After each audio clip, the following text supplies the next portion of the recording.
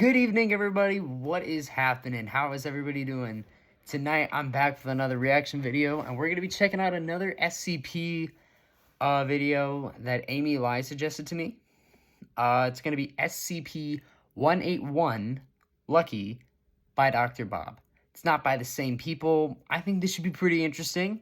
The last one I thought was really interesting. It was very long. This one is less than this one is significantly less. It's like a 12-minute video, which I really do appreciate. I don't mind watching like 30-minute videos, but I don't want to I want to keep it somewhat simple, like somewhat short, someone like in the middle between like a 5-minute and like a 30-minute video. Again, I don't mind reacting to like longer videos. If you want me to do that, I'm more than welcome to do that.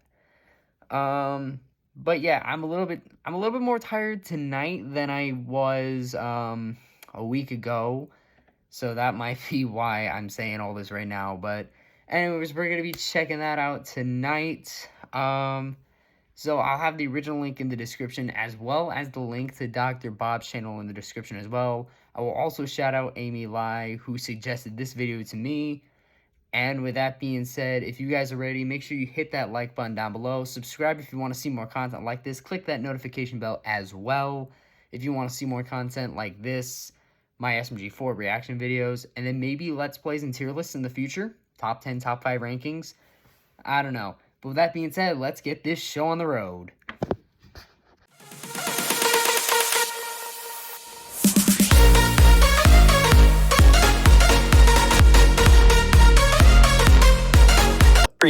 Bust, the dealer says before scooping up the cards from in front of the man who appears to be growing increasingly angry as his stack of chips increasingly dwindles in size.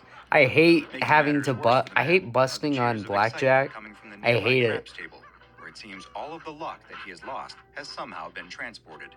As the blackjack dealer once again reveals an ace and a king, another burst of noise comes from the craps game. 7 again, the croupier cries before placing a huge stack of chips in front of the young man playing craps who seemingly can't lose. Dude is bagging. The young man on the hot streak collects his winnings and walks happily through the crowded casino floor, right past the fuming man at the blackjack table. The young man cashes in his chips and counts the large stack of $100 bills given to him before tipping one to the woman working inside the cage. Wow. This night is far from a rarity for this young man. For his entire life, it's been as if he couldn't lose. He's not strong, fast, or especially smart, but he's always managed to excel thanks to his one incredible gift: his never-ending good luck. I don't know if that's a gift or like a talent. No, I sound like Deadpool, but I mean, the world best suited for his skills, Las Vegas. Viva Las Vegas, home of Super Bowl 57. Buffalo's gonna win next year. Calling it right now. And treats himself nightly to lavish dinners and shows. It's all possible because no matter what the game is, it's as if he could never lose. Seriously, dude, I'd love to have that kind of luck. Or rather, continuing his never-ending hot streak, this time at the roulette table. How does he keep doing it? Someone in the crowd asks as the man hits another number straight up, paying out 37 to 1 on his bet. The crowd cheers and slaps the man on his back as a crowd is formed who are following along with his every bet, piggybacking on his luck as much as they can. The man is just about to place another large bet when he's suddenly interrupted by a strong hand gripping his upper arm. The young man turns to find a large, toothy grin staring back at him. The smiling man continues to hold on to the young man's arm as he explains how impressed the casino is with his skill. He must be the luckiest man they've ever had the pleasure to have visited their casino. And the fact that he's been able to sustain definitely, man. Like, he's such... Dude, he's the luckiest person. Like, I would approach him. Thanks him for his kind words and tries to turn back to the table, but finds that the man won't let go of his arm, gripping it even tighter now than before. We've been so impressed, in fact, the man tells him, that the owners of this casino have requested the chance to meet with you. The young man looks down at the huge, powerful hand holding his arm, and even though he's unaware that it belongs to a former heavyweight contender, he's still able to recognize that this request isn't an optional one. Sure, the young man tells him. Just let me grab my chips and... But the man begins to pull him away from the table, telling him that there's no need to worry. The casino will take care of his winnings. No, they won't. We have cameras everywhere. Who would steal? The young man is soon pushed through a doorway into a space that looks like a police interrogation room, with just a single table and a couple of chairs, one of which a small, older man is sitting in. What the hell? Wrenches the young man's arm down onto the table and holds it in place there. The young man screams as the boxer grabs a hammer So- with his free hand and raises it into the air, ready to bring it down on the young man's fingers. Well, the old man sitting across from him asks. The young man has started to cry a little, but between whimpers he manages to ask, well, what? The old man wants to know how the young man is cheating. No one wins the way he does, over and over, night after night, no matter the game. Okay, The young it man does seem insists like he's that he cheating, isn't but you don't have cheating. to He's break just his hands lucky. over He always this. has been. Good The night. old man isn't buying it. He nods to the boxer, who raises the hammer up again, but still the young man doesn't admit to anything. I'm just lucky. I'm just lucky. He keeps repeating over and over in between sobs. The old man stands up and pats him on the shoulder. Maybe you are, he says, before slipping something into the man's pocket. The police then enter the room and immediately take a set of loaded dice from the same pocket. He's in real trouble now. The young man is shoved into a holding cell at the jail and looks around at the other men, wondering if his luck has finally run out. He squeezes in on one of the benches lining the wall and accidentally bumps the man sitting next to him, waking him up from his nap. Isn't that like the man angry is dude angry from the at having been casino? disturbed, but grows even angrier when he realizes who just woke him. It's the man who seemed to take all the luck. Yes, it The young man is. doesn't seem to have noticed that he's upset at him at all, though. What he has noticed is that there's a penny on the floor in front of him. The young man bends to pick it up just Wow. as the man next to him throws a Oh. his fist stamps Oh. right where the young man's head Oh. was, shattering many of the bones. Oh, in his that's hand. not right. The young man jumps up with a fright and runs across the small cell as the other men being held also leap to their feet, some crying out in confusion, others cheering on the violence. The young man cries out to the guards for help, but no one seems to be coming to his aid. He looks around the cell, but there's nowhere for him to hide. The angry man, now madder than ever with a hand that is rapidly turning purple and blue, approaches him. Doesn't even look like he has The young man fingers on that holding hand. him in the air Well, by his his other hand. This I'm one. gonna kill you, the man cries before the door to the cell opens. The young man watches as the taser prongs fired by the jail guards appear on the man's chest, and he drops the young man to the floor before falling backwards from the 50,000 volts coursing through his body. The young man would learn the next 50,000 day volts. that the angry man was dead before he even hit the floor, the result of a congenital heart defect and a lot of bad luck. The young man stands before a judge who is listing off the charges against him, which include cheating, a felony in this state that can result in a sentence of up to 5 years in prison. But this isn't your first offense, is it? The judge asks. The young man tries to explain that those previous times were all mistakes. He's never cheated in his life, but the judge doesn't want to hear it. The young man is sitting in the hallway outside the courtroom when his lawyer emerges from his meeting with the judge and prosecutor. Boy, are you a lucky guy, his lawyer tells him. He goes on to explain that even though the case against him is airtight, the charges are going to be dropped, provided he admits himself to a special program. The young man Okay. assumes it must be some kind of gambling addiction program. In no way is he addicted to gambling, but what choice does he have? It's either that or prison. The choice is easy. As the young Take man exits the courthouse, he the is course, approached by a right? man in a suit who leads him to a black van parked nearby. The young man is placed in the back and immediately notices that there is a cage separating the back from the front seat, like a prison transport van. The young man is growing nervous. Where are they taking him? This all seems like it's happening so fast. Can it even be legal? And what about his things that were taken at the jail? Excuse me, he asks the driver. What about my things? I don't even have my wallet. Don't worry about that, the man driving the van tells him. You won't need any of that anymore. You're D-class now. The man doesn't have any idea what that means, but he can tell it isn't good. His luck may have finally ran out. The young Probably. man, who once lived the life of a professional Las Vegas gambler, was given a new name, D87465. But as you'll see, that name wouldn't last very long, and soon would be known as SCP-181, or as the SCP Foundation staff like to refer to him, Lucky. Lucky. Wow. SCP-181 was first noticed by the Foundation following his being arrested for repeatedly defrauding the Nevada Gaming Commission. No He was way. originally made a member of the Foundation's Class D personnel, the guinea pigs of the SCP Foundation who are used for various tests with anomalies in order to better understand their properties. However, it soon became clear that the man's ability to consistently beat the odds had nothing to do with cheating. In his first experiment, which took place at Armed Reliquary Containment Area 02, where he and several other Class Ds were exposed to an SCP that is known to incite extreme anger and murderous tendencies in those who come into contact with it. Just as expected, one of the other D-Class members became enraged and began rampaging, killing all of the other Class Ds present. Wow. Except for one.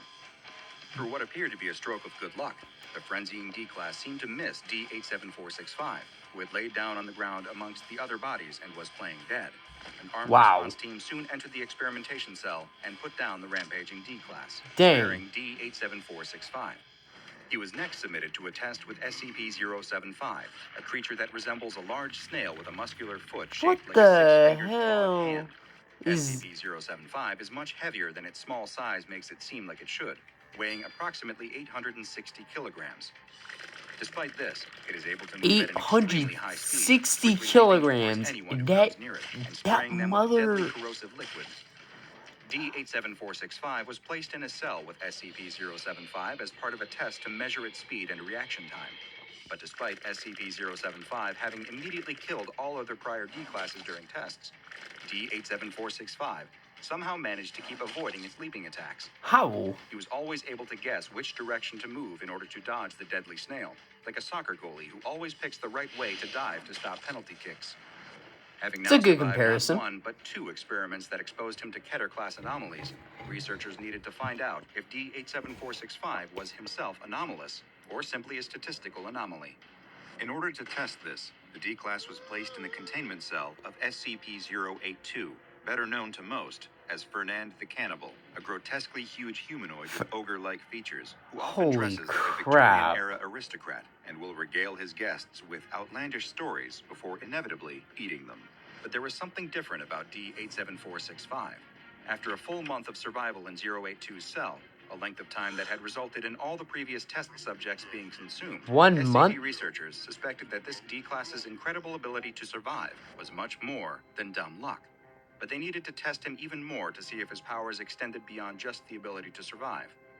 D-87465 What was could you removed from extend regular beyond D-Class that? duties, and researchers began performing various tests on him, watching as he flipped a coin 50 times in a row, with it coming up heads every single time. Heads? Similar results occurred when they had him roll pairs of dice that would always total up to 7, or when they had him pick random cards out of a deck, and he was able to pull all 13 hearts in a row.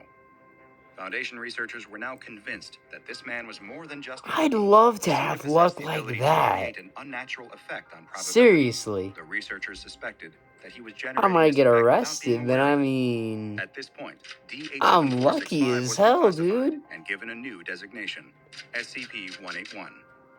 Further testing confirmed that SCP-181 is able to affect causal probability and that it really does occur through no action of its What own.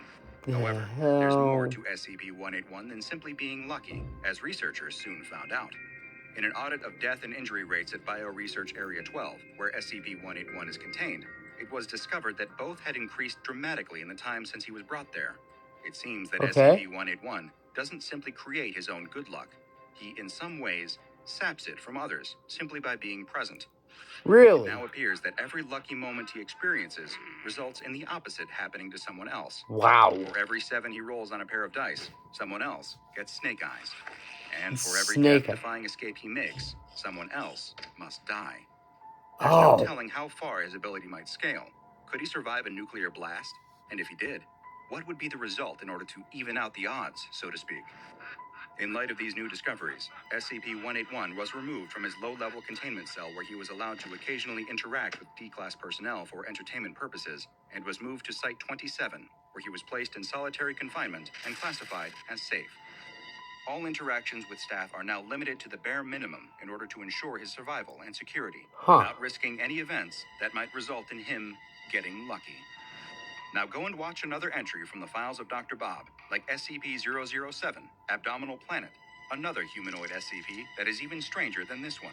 And make sure you subscribe and turn on notifications so you don't miss a single anomaly as we delve further and further into the SCP Foundation's classified archives.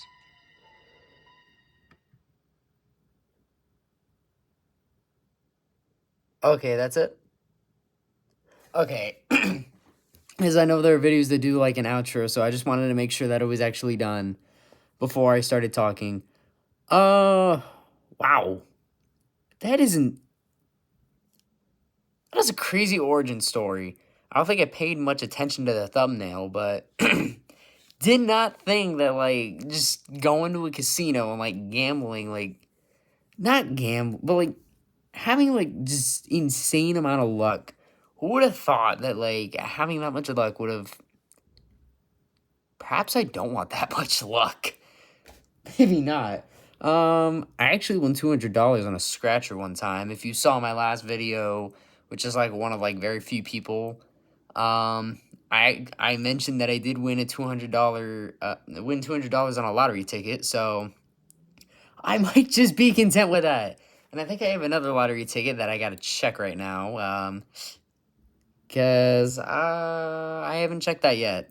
So I'm gonna upload this video and then I'm gonna go check my lottery ticket. Maybe I won more than $200. I don't know. Two separate tickets. I won $200 on a scratcher and I have another ticket I gotta go check. But yeah, overall, I really like this video. Shout out to Amy Lai for suggesting this to me.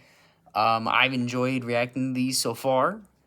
And yeah, if you guys want me to react to more stuff like this, let me know down in the comments below. Also, make sure you hit that like button, subscribe for more content, click that notification bell as well. Maybe, I don't know, maybe Friday nights or just that one, I don't know, maybe Friday nights after 10 p.m. Pacific, 1 p.m. Eastern, or I don't know, I guess that's just the thing now. I guess SCPs are the thing, maybe. I don't know. I might do another reaction video aside from SMG4 tomorrow, my car, because I know somebody else has a reaction video that they want me to check out. So I'm probably going to go get SMG4's reaction video. So I'm going to go get my reaction video to SMG4 done tomorrow morning. And then probably on my lunch, I'm going to go check out the brand new, like, the requested video. I have both of them saved in my playlist, so I could just pull them both up and copy the links and then, you know, watch it from my phone. But yeah, anyways, I really enjoyed this. The overall plot, the overall origin story was really cool. The overall, just everything about it was interesting. Kept me hooked, kept me entertained. The reason I was just so silent the whole time and it looked like I was just watching it is because I was actually watching it. I was actually intrigued by this. I'm actually starting to get a little bit more intrigued in this. Again, if you guys want to suggest stuff to me, I am open to that. I'm probably going to have to start keeping a list now. Um, but yeah, anyways, guys, with that being said, this is G Excalibur 26, signing off.